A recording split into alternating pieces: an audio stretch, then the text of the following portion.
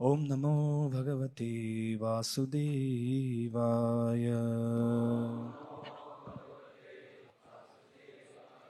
ओम नमो भगवते वासुदेवाय।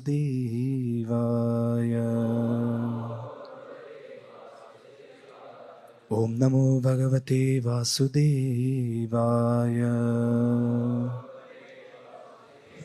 नारायणं नमस्कृत्यं नरं चैव नरोत्तमं देवीं सरस्वतीं व्यासं ततो जयमुदीरये। नष्टप्रायेषु अभद्रेषु नित्यं भागवतसेवया भगवतीरुत्तमश्लोके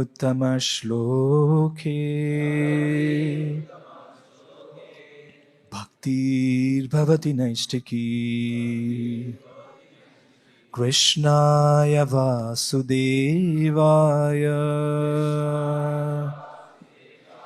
देवकी नंदनाय च नंदगोपकुमाराय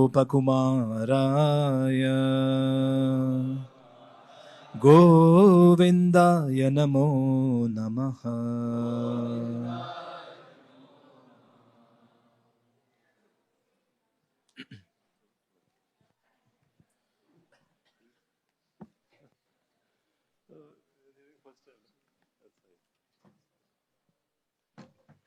हरे कृष्ण। हरे कृष्ण। तो आज हमारा सौभाग्य है यहाँ पर हमारे बीच में श्रीमान पुरुषोत्तम प्रभु जी उपस्थित हैं।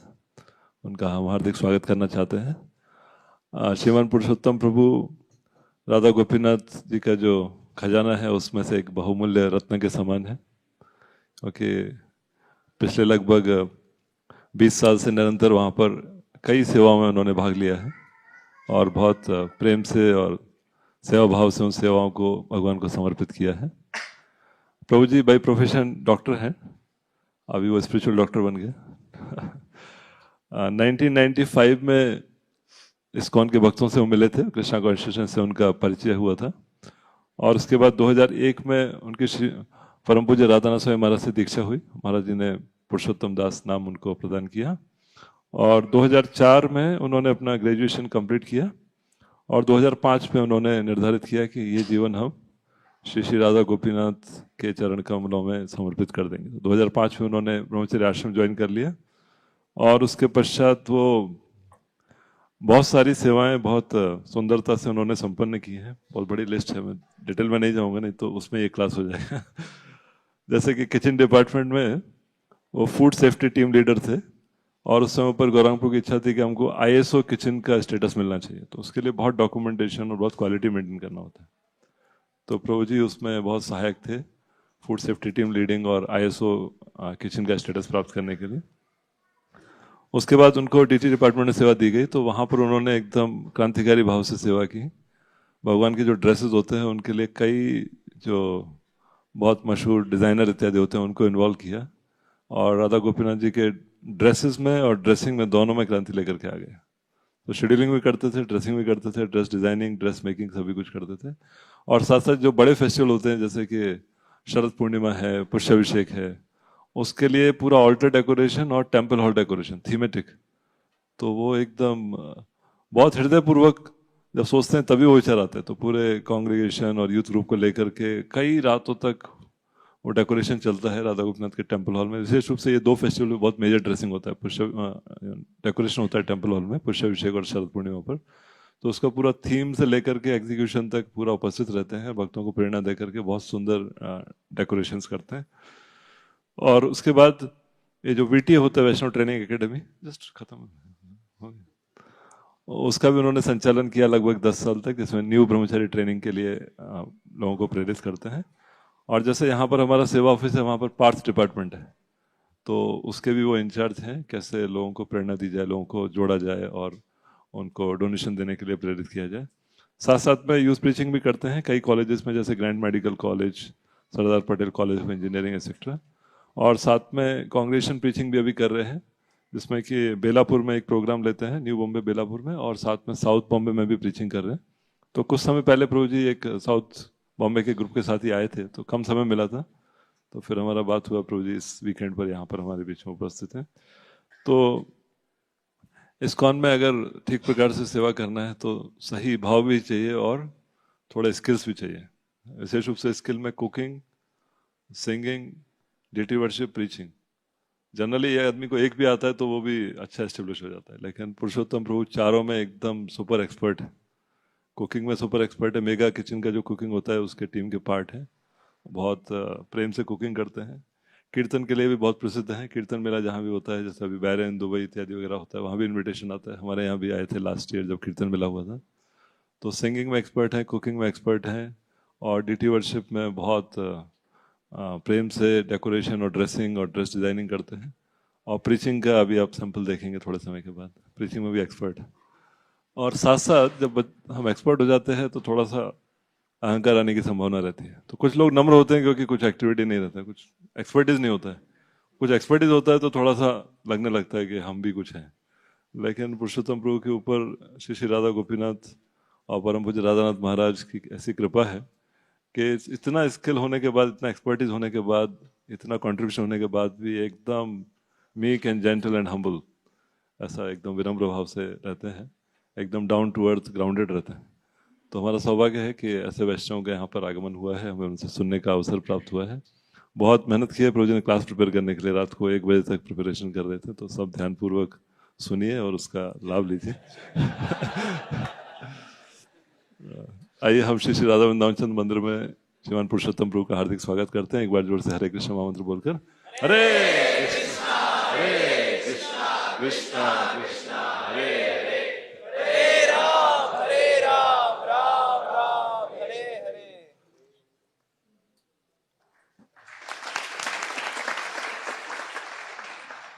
हरे कृष्ण। बहुत बहुत धन्यवाद रेवतीपति प्रभु। आपके अंदर ये सब गुण है, उसके लिए आप जिसमें नहीं है उसमें भी वो देख पा रहे हैं।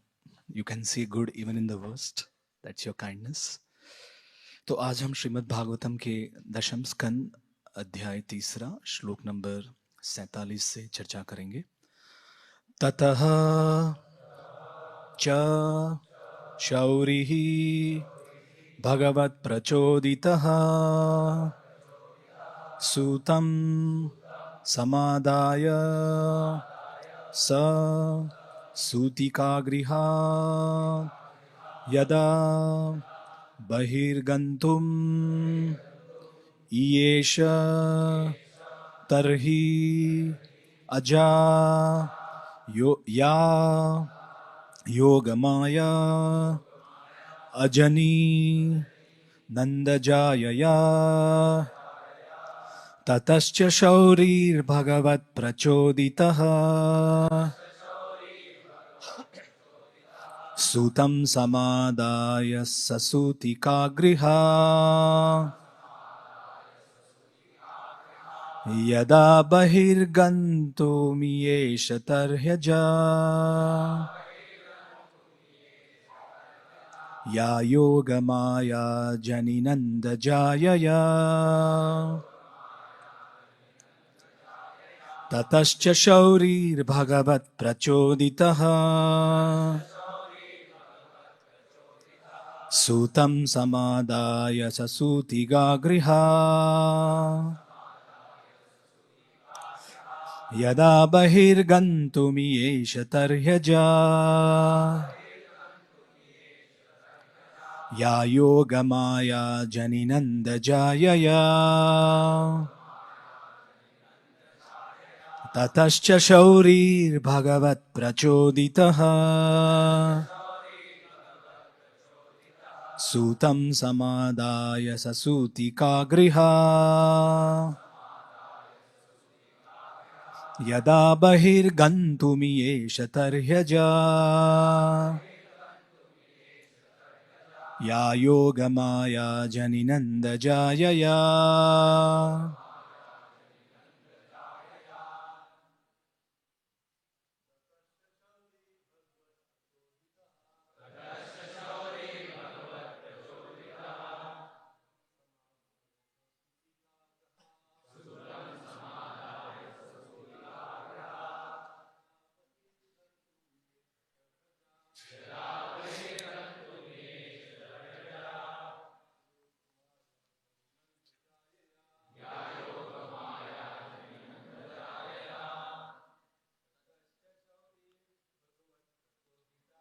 ततश्च शौरिर्भगवत्प्रचोदितः सूतं समादाय ससूतिकाग्रहात् यदा बहिर्गन्तुमियेष तर्ह्यजा या योगमाया नन्दजायया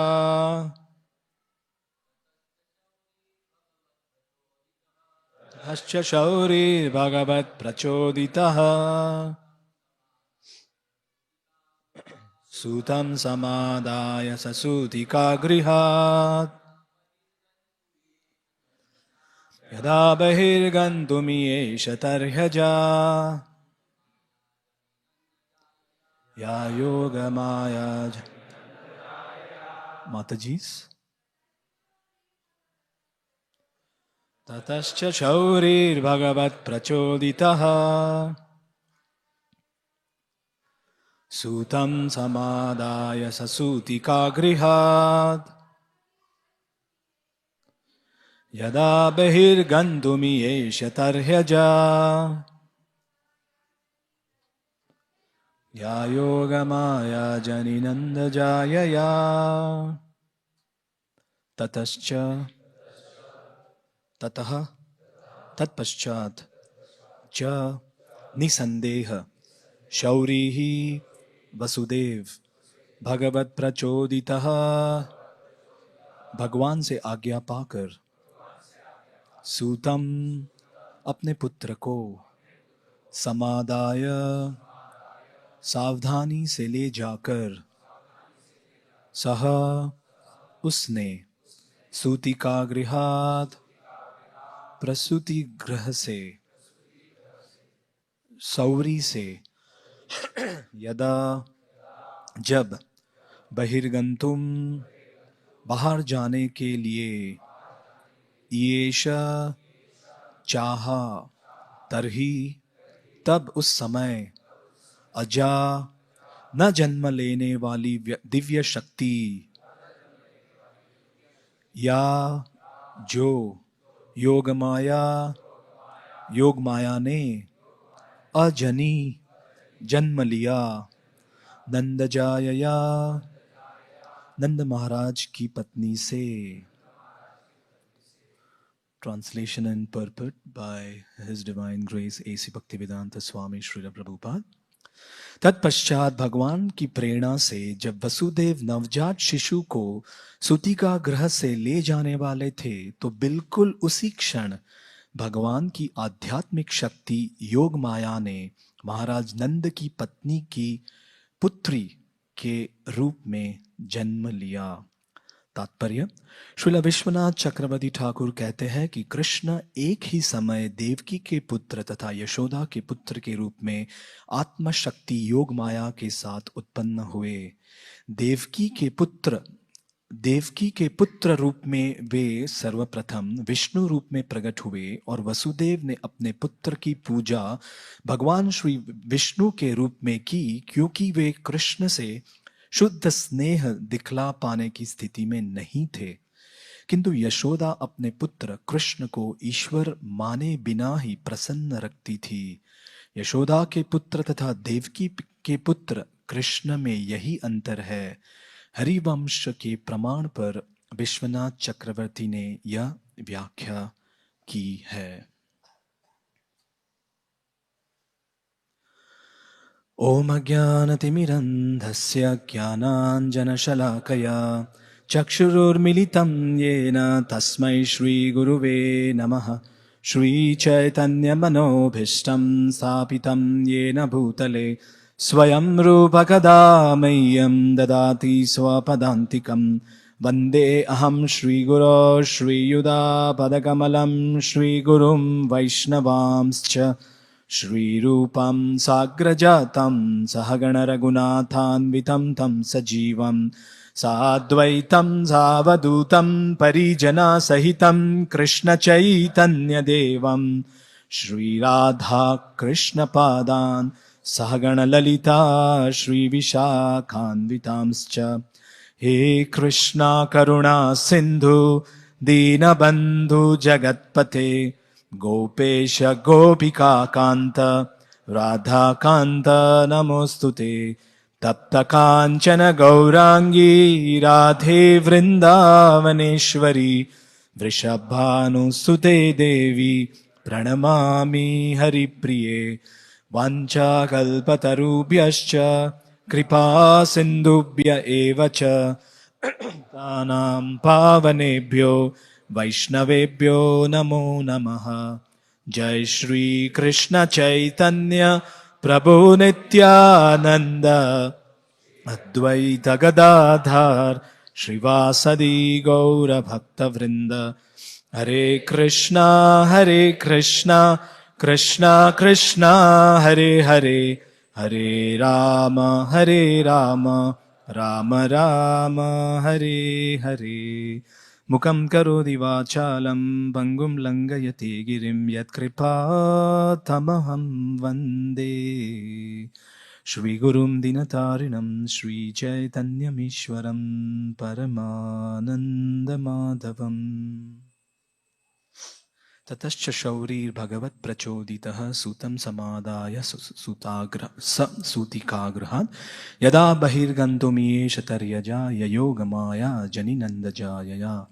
तत्पश्चात भगवान की प्रेरणा से जब वसुदेव नवजात शिशु को सूतिकागृह से ले जाने वाले थे तो बिल्कुल उसी क्षण भगवान की आध्यात्मिक शक्ति योग माया ने महाराज नंद की पत्नी की पुत्री के रूप में जन्म लिया।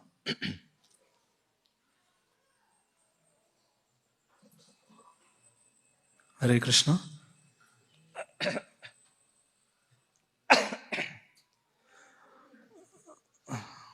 तो आज के इस रविवार के श्रीमद् भागवतम के सत्र में आप सबका हार्दिक स्वागत है। सर्वप्रथम मैं यहाँ पर उपस्थित सभी भक्तगणों का, वरिष्ठ वैष्णव, उनकी अनुमति और उनसे आशीर्वाद ग्रहण करना चाहूँगा। पात्रता तो नहीं है, बहुत कुछ बोल दिया, but it's a long way to go. तो आपकी अनुमति और आपका आशीर्वाद होगा तो कुछ मेरे शुद्धिकरण के लिए और भगवान की प्रसन्नता के लिए कुछ शब्द कह पाएंगे। तो आज इस श्लोक पे जो हम चर्चा करने जा रहे हैं उसमें मैं केवल एक शब्द के ऊपर जोर दूंगा। I'll just try to focus on one word. यहाँ पर श्रीमद् भागवतम के दशम स्कंद में जब वसुदेव और देवकी कंस के कारागृह में बंदी बना के रख दिए गए थे, उस समय शुकदेव गोस्वामी यहाँ पे वर्णन कर रहे हैं वसुदेव जी का, और वसुदेव जी को यहाँ पे शौरी कहकर संबोधित कर रहे हैं। और शौरी के बहुत सारे अर्थ होते हैं। एक तो जो सीधा अर्थ होता है कि वसुदेव शौरी अर्थात सुरसेन के पुत्र थे, इसलिए उनका नाम शौरी पड़ा। लेकिन यहाँ पे ये बहुत आश्चर्यजनक रूप से शुकदेव गोस्वामी वसुदेव को और एक अर्थ के रूप में यहाँ पे शौरी कह के संबोधित कर रहे हैं। यदि देखने जाए तो वसुदेव का जीवन एक प्रकार से निष्फलता का जीवन था। His life was a series of repeated failures. उनके जीवन में कई सारी असफलता या विफलता, निष्फलता प्राप्त हुई उनको। लेकिन यहाँ पे शौरी का एक अर्थ होता है जो शूरवान है, जो नीडर है, जो बहादुर है, उसे शौरी कहते हैं।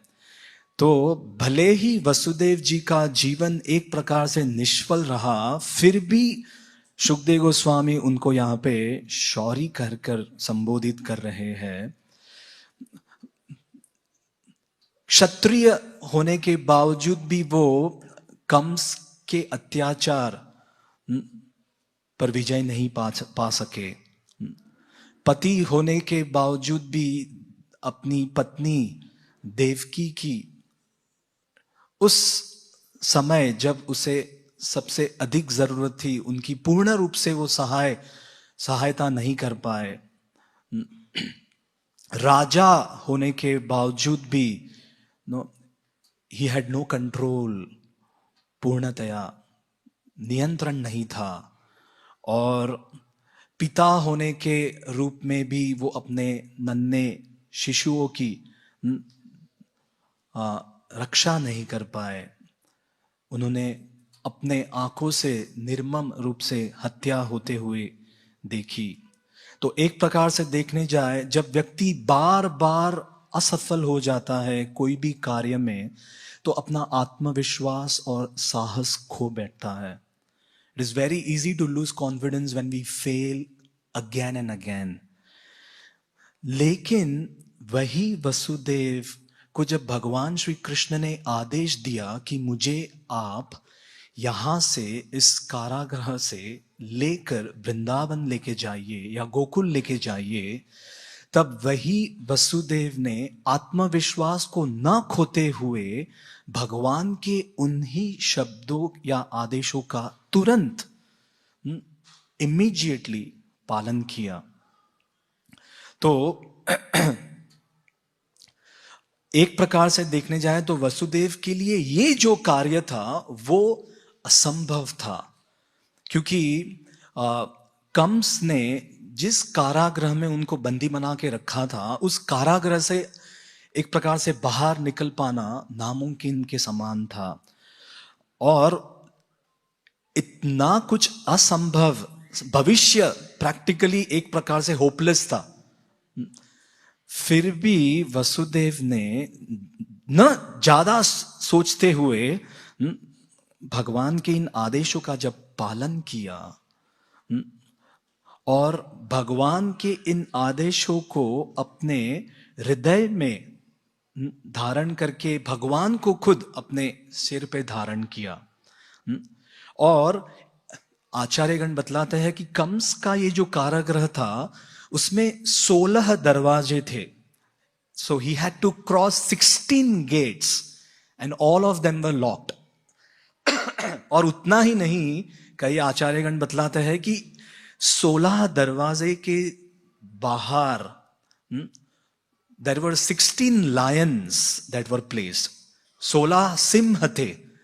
तो अगर आप दरवाजे से बाहर भी निकल पाए तो उस सिंह का सामना कैसे करेंगे?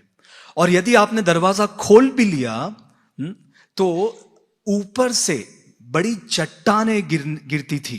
There were huge slabs on the top, जो ऊपर से अगर गिरी तो किसी को भी मार डालेगी। और उतना ही नहीं, उनको हम सब जानते हैं कि किस तरह हाथ पैर में हथकड़ियां तो लगी ही थी, लेकिन उनको गले में भी ऐसे एक पशु की तरह बांध के रखा था।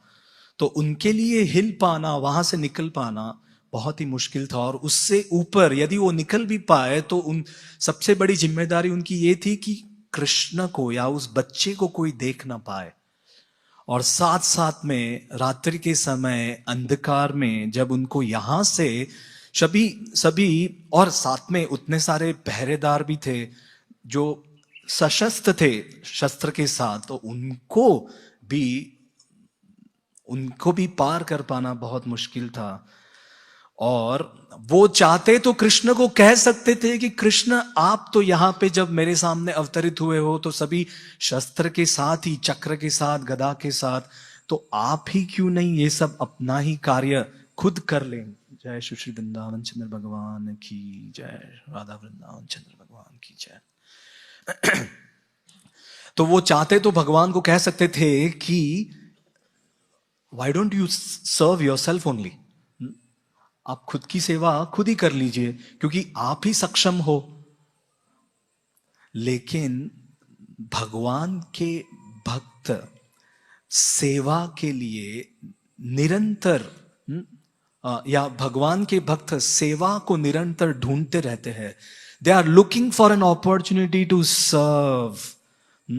और यही सेवा भाव के कारण यहां पे शुकदेव गोस्वामी वसुदेव को शौरी के रूप में संबोधित करते हैं कि इतना बड़ा साहस उन्होंने उस रात में लिया, साहस किया जब रात्रि के समय अंधकार था और ये सब जो भी ऑब्स्टिकल्स थे उनको पार करना था और साथ साथ में यमुना पार करके उनको वहां तक जाना था। और यमुना में भी बाढ़ आ गई थी, रात्रि में बारिश हो रही थी और ऐसे बहुत सारी जो दुविधाएं थी, अड़चने थी, उनको पार करके उनको ये कार्य को जब संपन्न करना था तो उन्होंने without even a second thought he took that courage.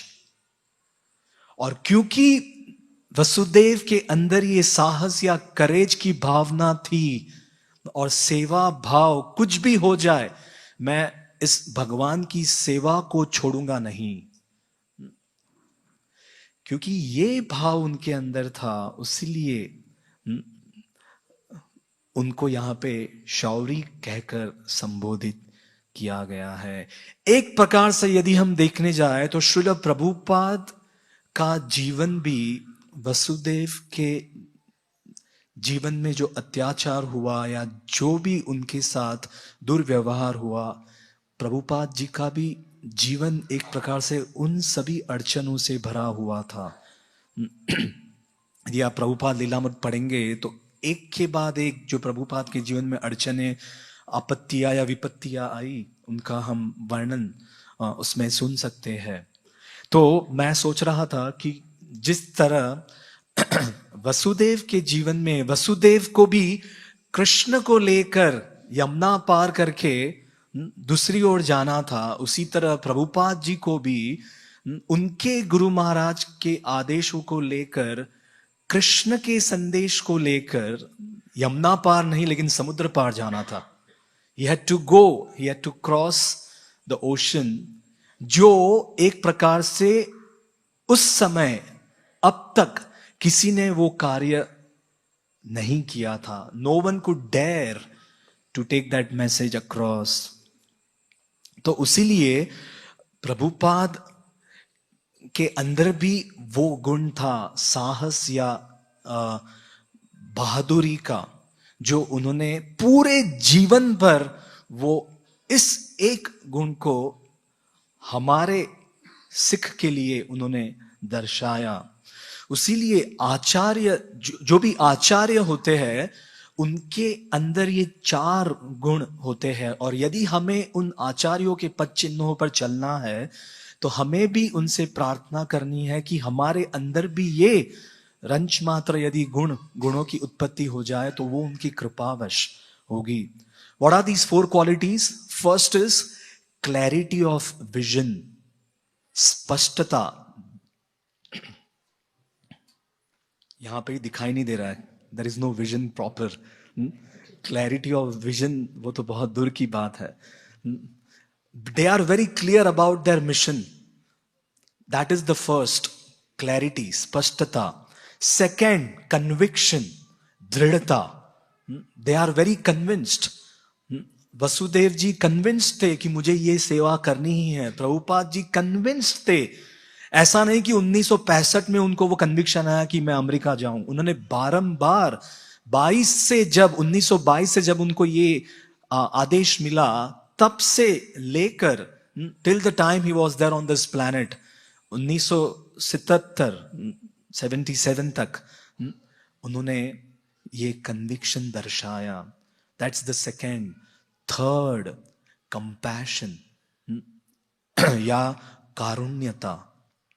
पहला स्पष्टता, दृढ़ता, कारुण्यता, और चौथा इस करेज या शूरवीरता।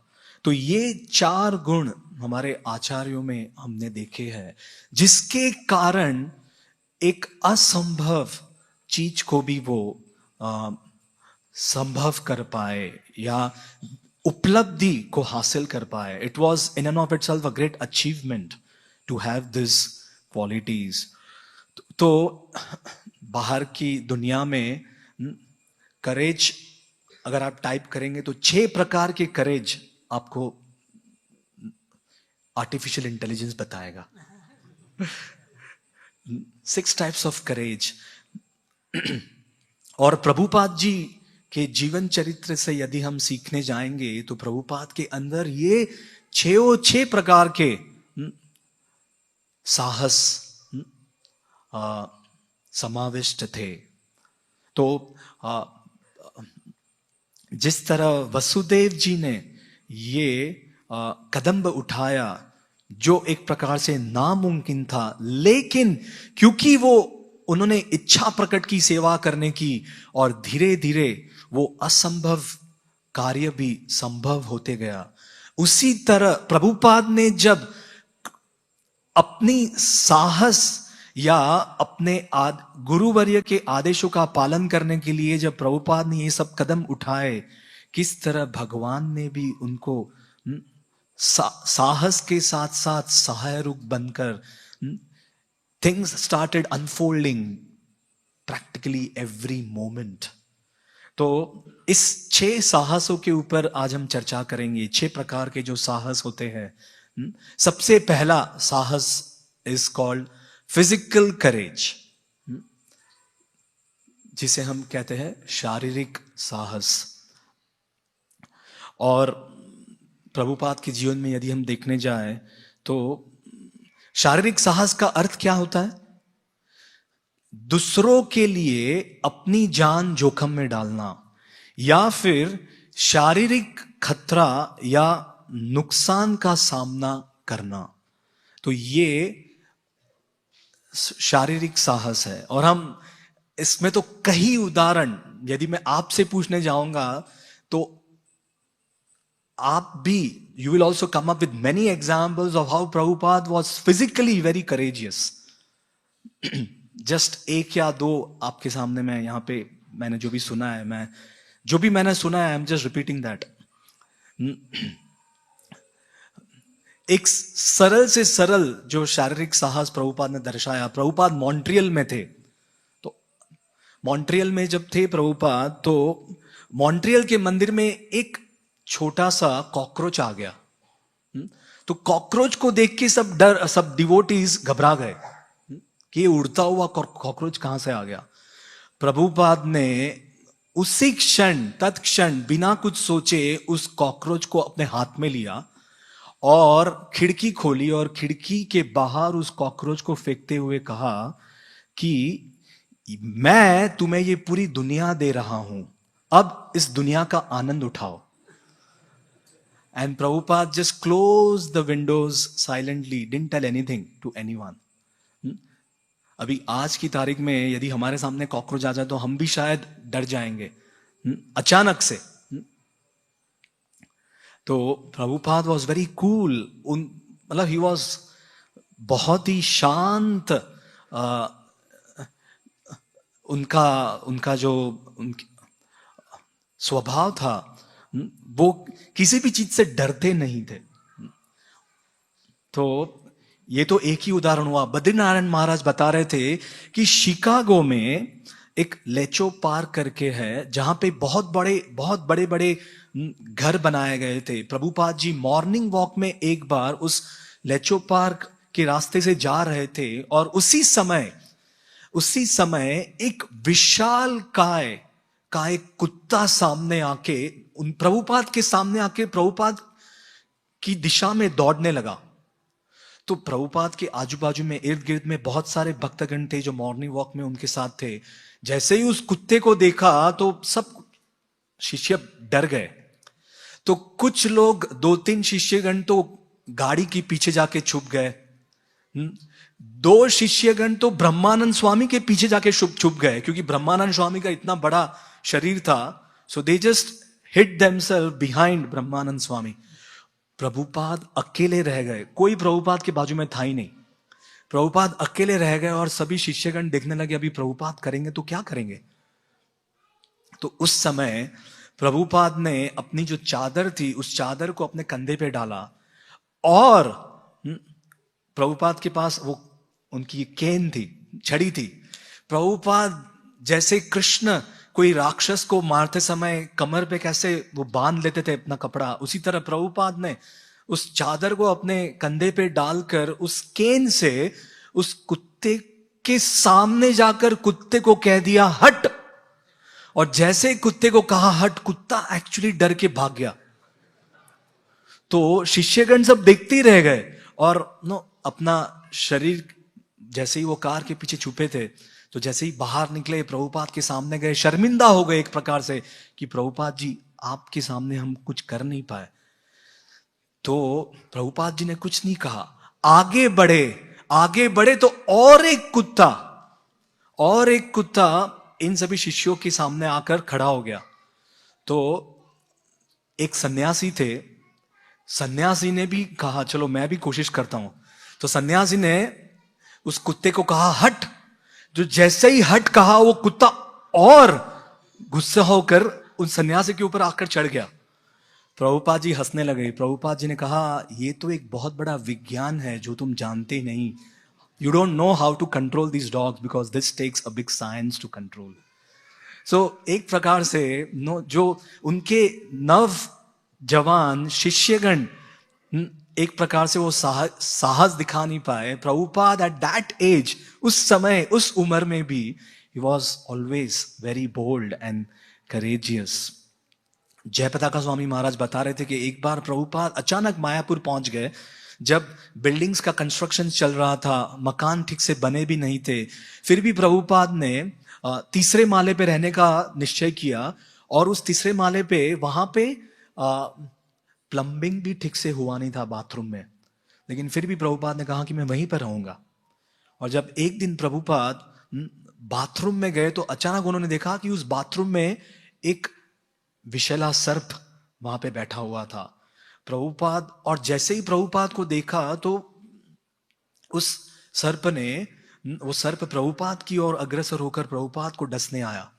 जैसे ही प्रभुपाद को डसने आया, प्रभुपाद ने शांति से वो दरवाजे को बंद किया। जैसे ही दरवाजे को बंद किया तो वो सर्प उस दरवाजे के बीच में अटक गया, और प्रभुपाद ने जोर से जयपताका महाराज को आवाज लगाई। जैसे ही जयपताका महाराज आए, जयपताका महाराज ने देखा कि प्रभुपाद तो शांति से वहां पे खड़े हैं, और उन्होंने जयपताका महाराज ने एक लकड़ी से उस सर्प को वहां पे मार गिराया। और जयपताका महाराज बताते हैं कि किस तरह ये जो सर्प था वो विषैला होने के बावजूद भी Prabhupada, he was just so काम एंड कंपोज्ड। और उन्होंने उल्टा प्रभुपाद ने कहा कि ये तो एक ही है और एक भी होना चाहिए कहीं पे, क्योंकि the snakes are always in pairs.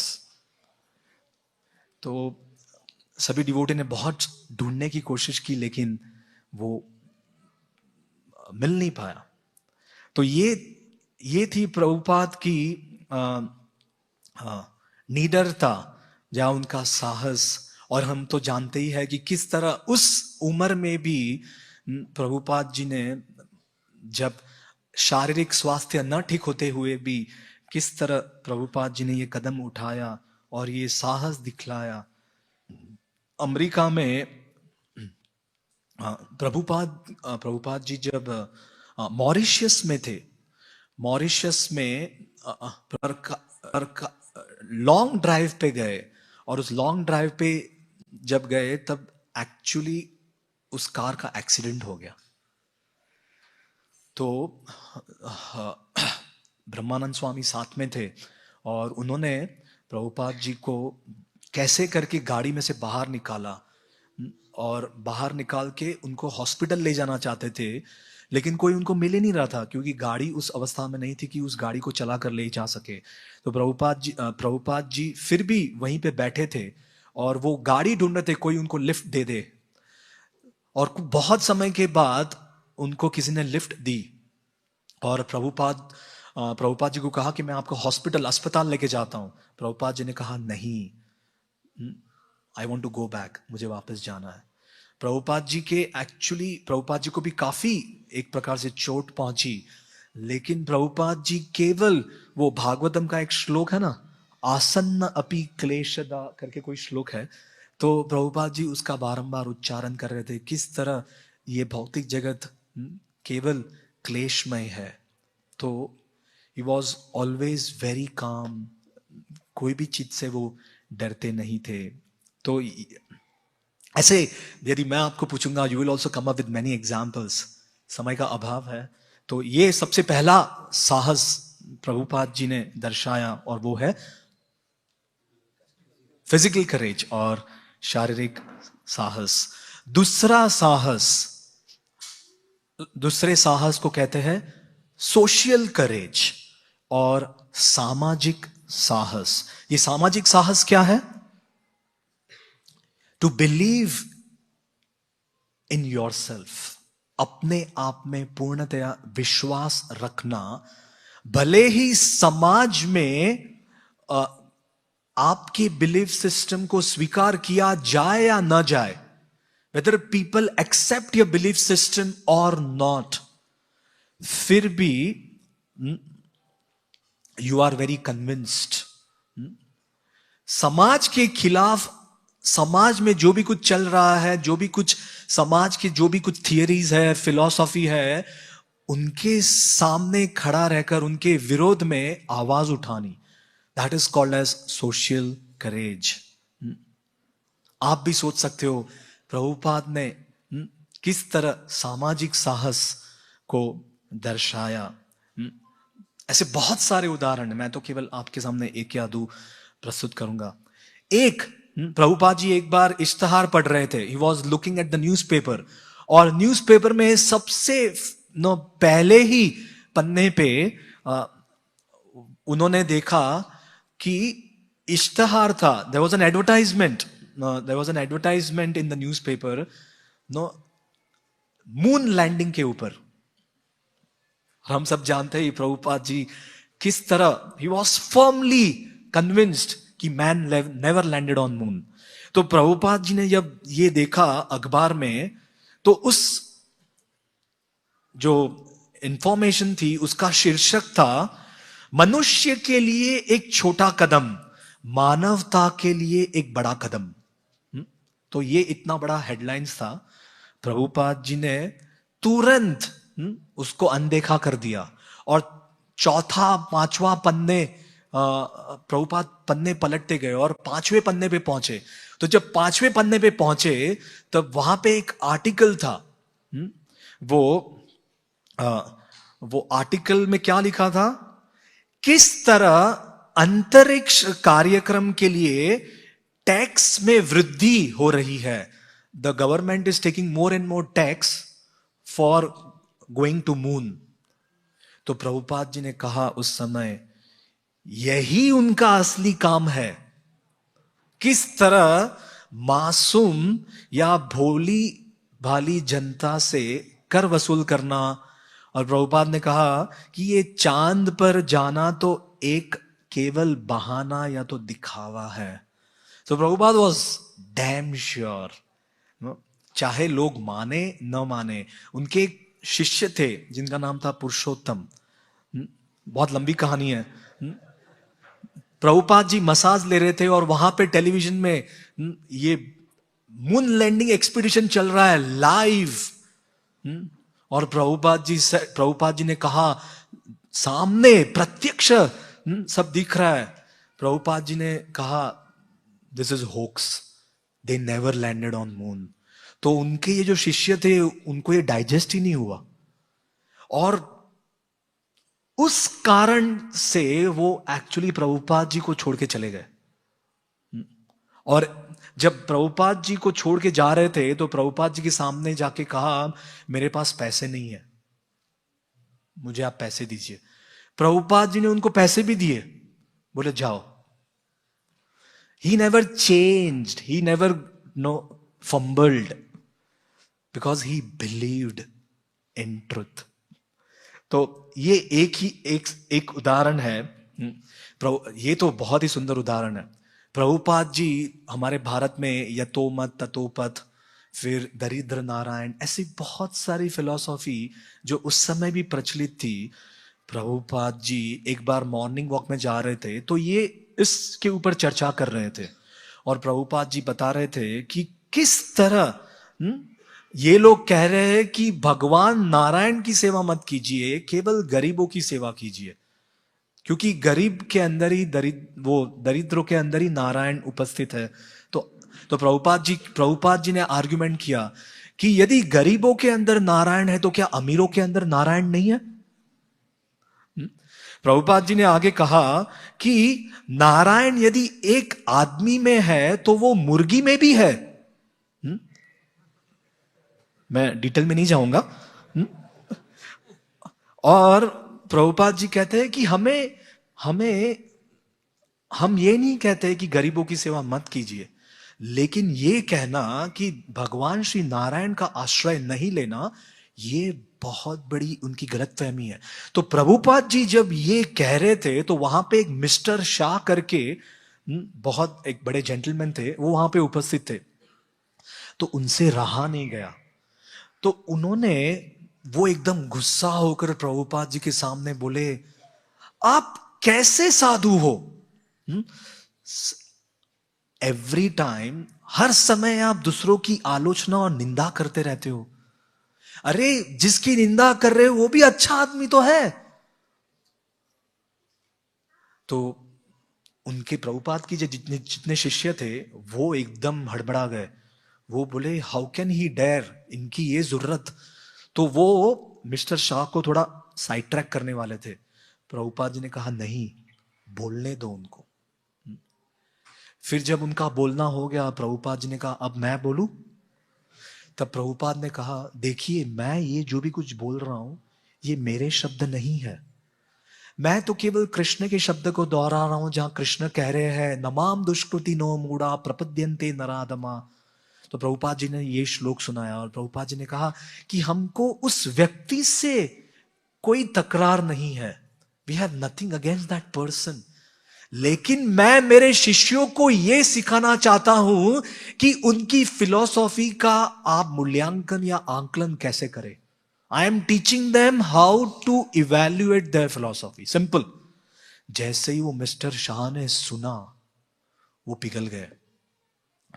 Prabhupada ji मंदिर में आए। मंदिर में आने के पश्चात प्रभुपाद जी की उस समय प्रैक्टिकली गुरु पूजा होती थी। प्रभुपाद जी अदासासन पे बैठते थे, तो सभी भक्तगण आगे आके प्रभुपाद जी को पुष्प अर्पण करते थे। तो वो मिस्टर शाह भी प्रभुपाद जी के सामने आए। प्रभुपाद जी के चरण कमलों में जब उन्होंने पुष्प अर्पण किए तो वहीं पे गिड़गिड़ाते हुए रो पड़े। प्रभुपाद जी ने उनके सिर पे हाथ रखा। प्रभुपाद जी ने कहा, it's okay, no problem, don't worry, आगे से हम इसकी चर्चा नहीं करेंगे। और वो शिष्य, he got convinced that whatever Prabhupada is saying, वो उनकी कथाकथित विचारधारा नहीं है। तो किस तरह Prabhupada was always bold and courageous even when it came to those philosophy, those understandings which were like, that time considered so famous. Prabhupada was just convinced. तीसरा समय हो गया है। Can I just take the third one and end? Oh, अच्छा, okay. The third courage. What was the first? Physical courage. Second, social courage. सामाजिक साहस. तीसरा courage is called as moral courage और नैतिक साहस. नैतिक साहस क्या है? To do what is right even if it is unpopular. भले ही वो अलोकप्रिय हो लेकिन सही चीज करना और उस सही चीज को बोलने और करने में बिल्कुल हिचकिचाना नहीं। भले ही वो लोग उसे माने, स्वीकार करे, या लोगों के लिए वो बहुत ही कठिन हो पचाना, फिर भी अपने सिद्धांतों के लिए खड़े रहना, वो है नैतिक साहस। और नैतिक साहस में there are so many examples, बहुत सारे उदाहरण हैं उसके लिए। 1960 के दशक के उत्तरार्ध में जब प्रभुपाद अमेरिका गए तो प्रभुपाद ने, हम सब जानते हैं किस तरह प्रभुपाद ने हजारों अमेरिकी नवयुवकों को आकर्षित किया और जब प्रभुपाद ने उन सभी को अपनी ओर आकर्षित किया, तब प्रभुपाद के जितने भी वेल विशर्स थे, हित चिंतक थे, उन्होंने प्रभुपाद जी को आकर कहा कि स्वामी जी, आपको ये 3 चीज बदलना है। यदि आप इस 3 चीज को बदल देंगे तो हजारों नहीं लाखों लोग आपके पास आकर्षित हो जाएंगे।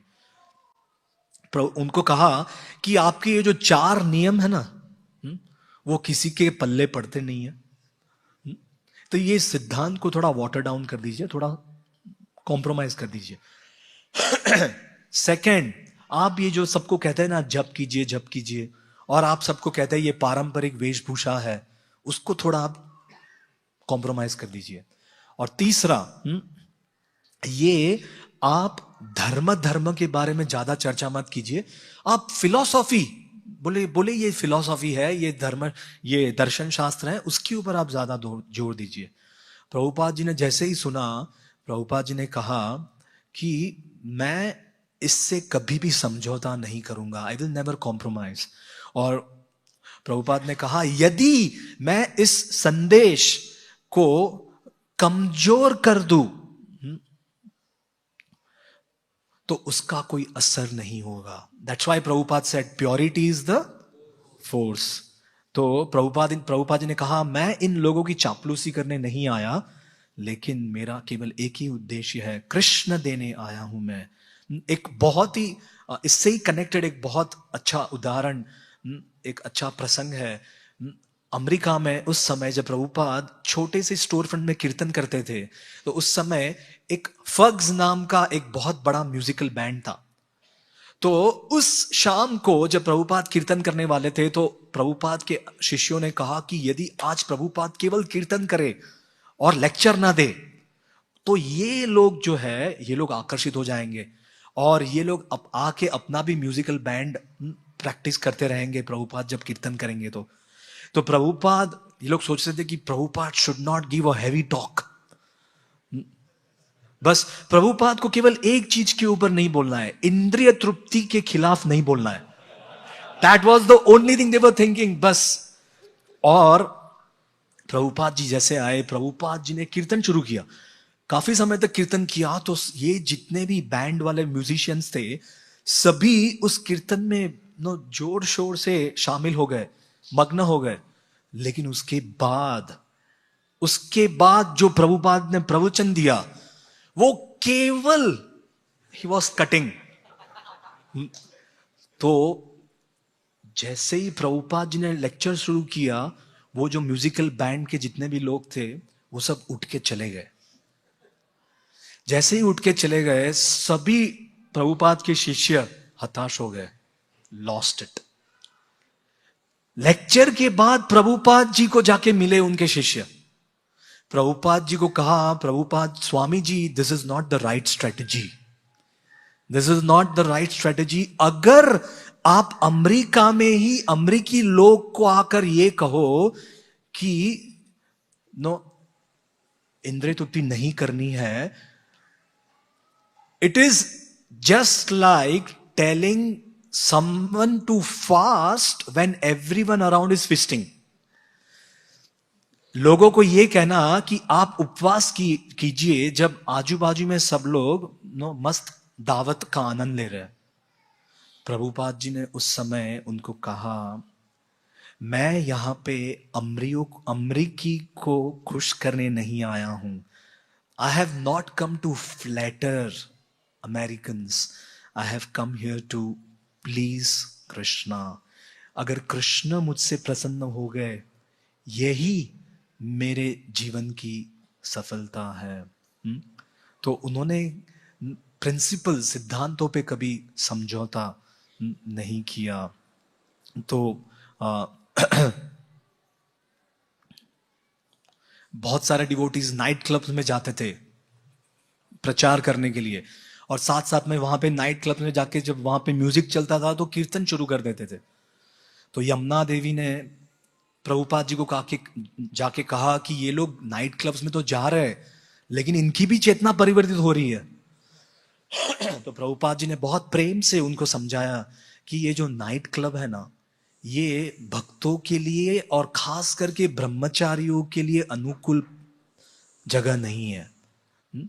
हमारा उद्देश्य है कि हम भक्त बनाएं, लेकिन हम जानते हैं कि जो वहां पे नाइट क्लब में आए हैं वो कदापि वो भक्त बनने वाले नहीं हैं, तो हम क्यों अपना व्यर्थ समय गवाए।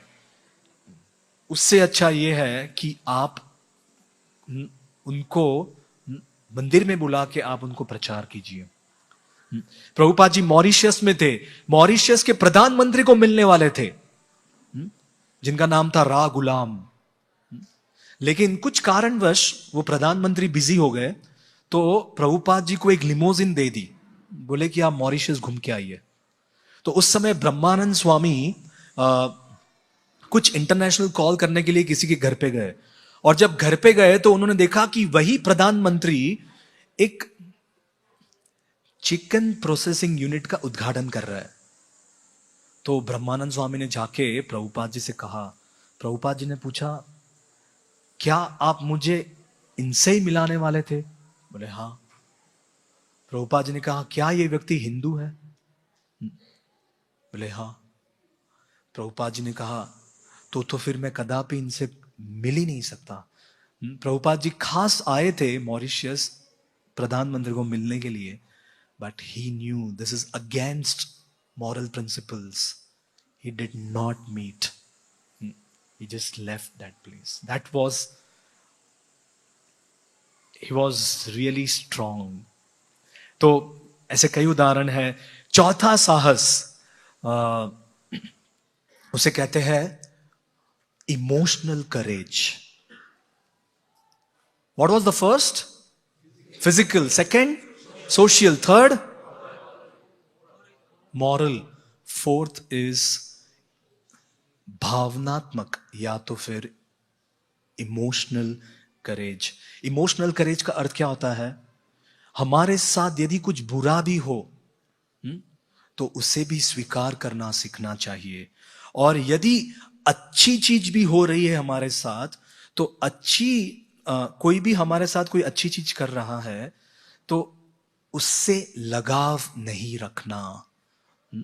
Not to be depressed while we fail, and not to be proud and not to be attached while we succeed.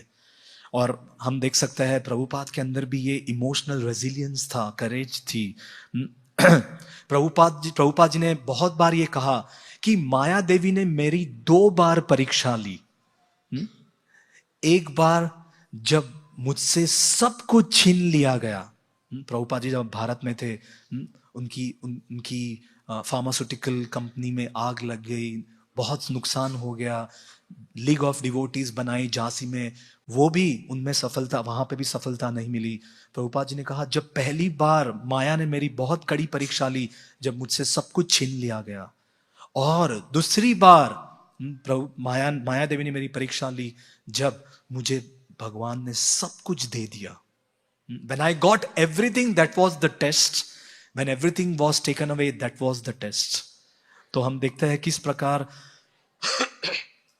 Prabhupada ji दोनों विपरीत परिस्थिति, कॉन्ट्रास्टिंग एक्सट्रीम्स में भी सुखे दुखे समे कृत्वा लाभालाभो जया जयो ततो युद्धाय युध्यस्व नैवं पापम अवाप्स्यसि।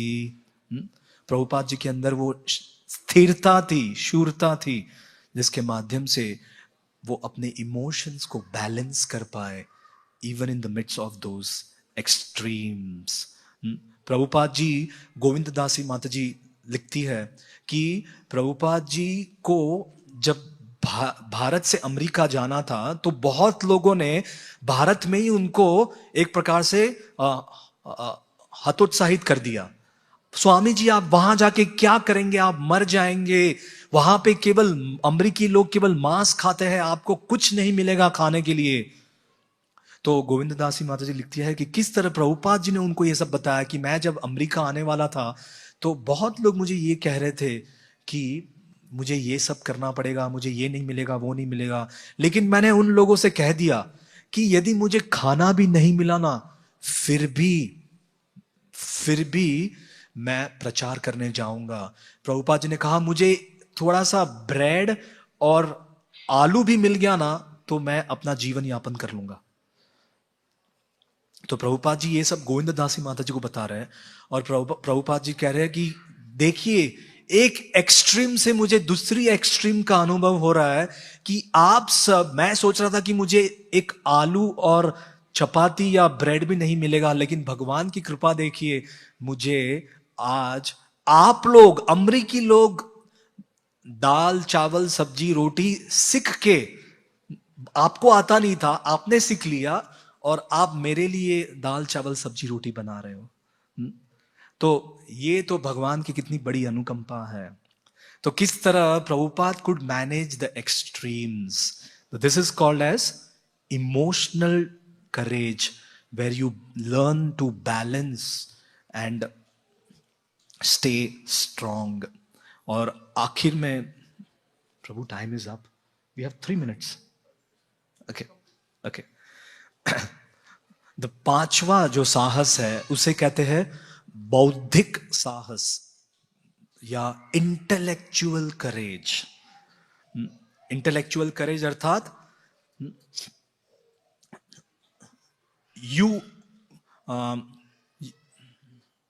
you question the wrong things happening and you are willing to accept new ideas। आपके अंदर उतनी शूरता है कि दूसरे यदि कोई आपको आइडिया दे, कोई अच्छे आइडिया दे, तो उसको भी स्वीकार करना सीखना। और जो रॉन्ग हो रहा है, you question, you challenge, basically उनको चुनौती देना। तो यहां पे बौद्धिक साहस का और एक अर्थ होता है to learn, to unlearn and to relearn. That is also called as intellectual courage. Prabhupada ji 1977 में जब वृंदावन में थे, प्रभुपाद जी ने अपने जो शिष्य थे, परम पूज्य जो साइंटिस्ट थे, स्वरूप भक्ति स्वरूप दामोदर महाराज, भक्ति स्वरूप दामोदर महाराज को कहकर एक कॉन्फ्रेंस बुलाई जिसका नाम था लाइफ कम्स फ्रॉम लाइफ। और प्रभुपाद जी ने बड़े बड़े साइंटिस्ट को बुलाया और साइंटिस्ट को चुनौती दी, किस तरह there is life, there is soul, there is consciousness. Prabhupada ने उनके सिद्धांतों को चुनौती दी। और प्रभुपाद जी को जब 1967 में, 1967 में जब स्ट्रोक का अटैक आया, प्रभुपाद जी एक प्रकार से चल नहीं सकते थे, टाइपिंग भी बंद हो गया उनका। लेकिन उस समय प्रभुपाद के अनुयायियों ने एक डॉक्टर को बुलाया। डॉक्टर को बुलाया तो वो डॉक्टर एक जूइश डॉक्टर थे। वो आए और वो प्रभुपाद को जांचने लगे। आधे घंटे तक वो कुछ बोले ही नहीं। और फिर रूम के बाहर आए और प्रभुपाद जी के शिष्यों ने पूछा कि प्रभुपाद जी को क्या हुआ है। तो बोले प्रभुपाद जी की सबसे बड़ी प्रॉब्लम यह है that he praise too much, he does lot of prayer. तो वो प्रेयर जब करते हैं ना तो एंजाइटी बढ़ जाती है, उसके लिए उनको ये सब प्रॉब्लम चालू हुई है। He should get out of this place and he should start exercise। तो डिवोटीज को लगा यार ये तो प्रभुपाद जी का अपमान कर रहे हैं, उन्होंने बोला निकालो इसको। तो प्रभुपाद जी दूसरे कमरे में थे। प्रभुपाद जी ने उनको बोला नहीं, ये मेरे लिए शायद ये संदेश है, भगवान ये संदेश दे रहे हैं, maybe I should take care of my health, मुझे मेरे स्वास्थ्य का ख्याल अधिक बहुत जिम्मेदारी से निभाना चाहिए। तो उस समय से प्रभुपाद जी ने निर्णय लिया कि कल से हम मॉर्निंग वॉक पे जाएंगे, क्योंकि ये डॉक्टर ने मुझे सलाह दी है, आई मस्ट एक्सेप्ट इट। और तब से हम देखते हैं कि मॉर्निंग वॉक, प्रभुपाद जी के मॉर्निंग वॉक कितने प्रसिद्ध हो गए। प्रभुपाद जी स्विट्जरलैंड में थे, बाहर बर्फ गिर रहा था, प्रभुपाद जी होटल के अंदर थे।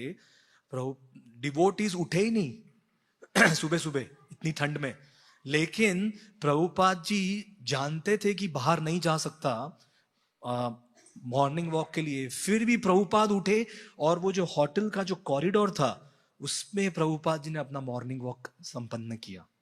So he was very particular. एक बार वो कन्विंस्ड हो गए तो फिर उन्होंने छोड़ा ही नहीं। और ठीक है, लास्ट नेक्स्ट छठवां साहस जिसे कहते हैं आध्यात्मिक साहस, which is called as spiritual courage. Govindadasi Mata ji बतला रही थी कि प्रभुपाद जी के पास एक ग्लोब था, वो एटलस का ग्लोब होता है ना जो चारों ओर घूमता है, और प्रभुपाद जी उस ग्लोब की ओर देखकर प्रभुपाद जी कहते थे ब्रह्मानंद इस कॉन्टिनेंट में जाएंगे, गर्ग मुनि इस कॉन्टिनेंट पे जाएंगे। और वहां पे गोविंददासी माता जी उस समय पे उपस्थित थी और वो सोच रही थी कि हम सभी एक साथ मिलजुल के काम भी नहीं कर पा रहे, we can't even come together. इतना यंग ब्लड है, we can't even come together and stay together and work together. उतना ही नहीं, गोविंददासी माता जी बतला दिया है कि हमें ब्रश करने तक नहीं आता था। और यहां पे प्रभुपाद जी का साहस देखिए कि आध्यात्मिकता का प्रचार करने के लिए प्रभुपाद जी उस समय 1966-67 में प्रभुपाद जी कह रहे कि हम यहां पे मंदिर खोलेंगे, यहां पे मंदिर खोलेंगे। और खास करके प्रभुपाद जी की इच्छा थी कि वो रशिया में जाके प्रचार करे, ऐसा गोविंददासी माता जी बतलाती है। और उन्होंने बताया कि किस तरह आज भारत के बाद यदि विश्व में कोई डिवोटीज का बड़ा ग्रुप हो, गैदरिंग हो, तो वो है रशिया के डिवोटीज। प्रभुपाद जी ने वो इच्छा, उनकी इतनी इच्छा तीव्र थी कि उन्होंने वो आध्यात्मिक साहस बिना कुछ साधन सामग्री के होने के, बिना कुछ ये सब होने के बावजूद भी उन्होंने ये साहस संपन्न किया। प्रभुपाद जी एलन गिन्सबर्ग के साथ वार्तालाप कर रहे थे और प्रभुपाद जी बतला रहे हैं एलन गिन्सबर्ग को कि किस प्रकार 12वें स्कंद में लिखा गया है कि कलयुग जैसे ही बढ़ेगा सभी नरभक्षी बन जाएंगे, खाना पीना नहीं रहेगा और लोग बहुत ही आसुरिक प्रवृत्ति के हो जाएंगे, और जो भी थोड़े कुछ लोग बचेंगे अच्छे, वो लोग गुफा में जाके रहेंगे।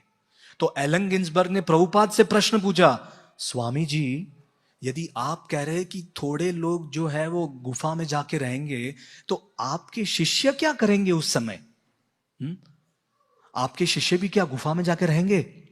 प्रभुपाद जी ने कहा, गुफा? अरे मेरे शिष्य तो तब तक भगवत धाम जा चुके होंगे। This is what Prabhupada said. And Prabhupada said that, Prabhupada ने कहा कि ये मेरे जो शिष्य हैं उनको आप साधारण मत गिनिए, ये तो अभी से ही शुद्ध भक्त बन चुके हैं, बस द टाइम इज सेपरेटिंग। तो एलन गिन्सबर्ग तो बहुत प्रभावित हो गए और उन्होंने प्रभुपाद जी से आखिरी प्रश्न पूछा, वी विल एंड हियर। उन्होंने ये पूछा, स्वामी जी तो हम जैसों का क्या होगा जब कलयुग का अंत आएगा? प्रभुपाद जी एलन गिन्सबर्ग की ओर झुके और एलन गिन्सबर्ग भी प्रभुपाद जी की ओर झुके और प्रभुपाद जी ने कहा, जब कलयुग का अंत आएगा ना तो मैं तुम्हें खाऊंगा और तुम मुझे खाओगे, उससे अच्छा तो ये होगा कि तुम भी अपना बोरा बिस्तरा बांध के भगवत धाम चल लो।